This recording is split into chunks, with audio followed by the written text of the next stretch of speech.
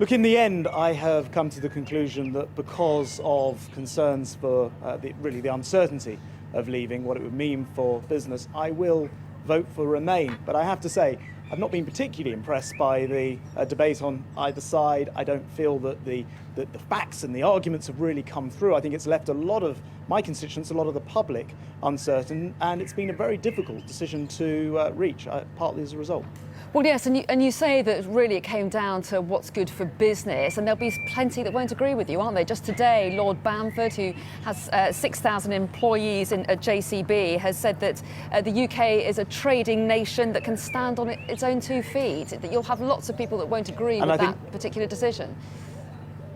Yeah, and look, he's a successful business person. I completely agree that there is absolutely a feasible route for us outside of Europe. And that is why, like on some days I have felt closer to leave, other days closer to remain. And it has been, as I say, very difficult.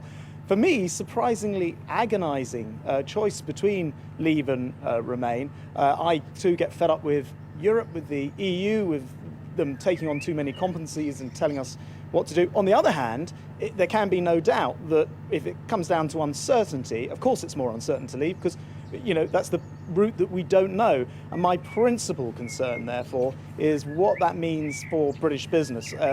How easy would it, in fact, be to negotiate those trade deals with 27 other countries? And, you know, what that then means for British jobs. As I say, I've not been terribly impressed by the campaign on either side. I haven't really found that it's been getting to the bottom of the facts. I think it's been too personality driven and all the rest of it. So this has been a difficult decision, but in the end, I think my constituents have a right to know, what I will do, and I've reached that decision, so I thought it best to say something. Well, yes, and it's interesting that you criticise the campaigns on both sides. What do you think it's done to the Conservative Party? Because language has got pretty strong, hasn't it, between what's essentially a split party? Well, it has, and I think that's a real shame, and I'm afraid to say that's happened even with people who should know better, I think. And speaking as a former Conservative Party chairman, it seems to me this EU referendum, of course, is an enormous decision facing the country. That's why it's such a difficult decision for people to make. But in the end, the Conservative Party will need to be there to take the country forward. And I do appeal to colleagues as a former Conservative Party chairman to not only be, in this final fortnight, careful with language and the rest of it, but also afterwards we're going to have to come together and work for the good of the nation.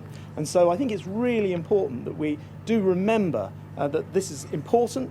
There will still be work to be done for this country afterwards. And so, I appeal to Conservatives to remember whichever side of this debate we're all on. It does divide people, and we will have to work together afterwards.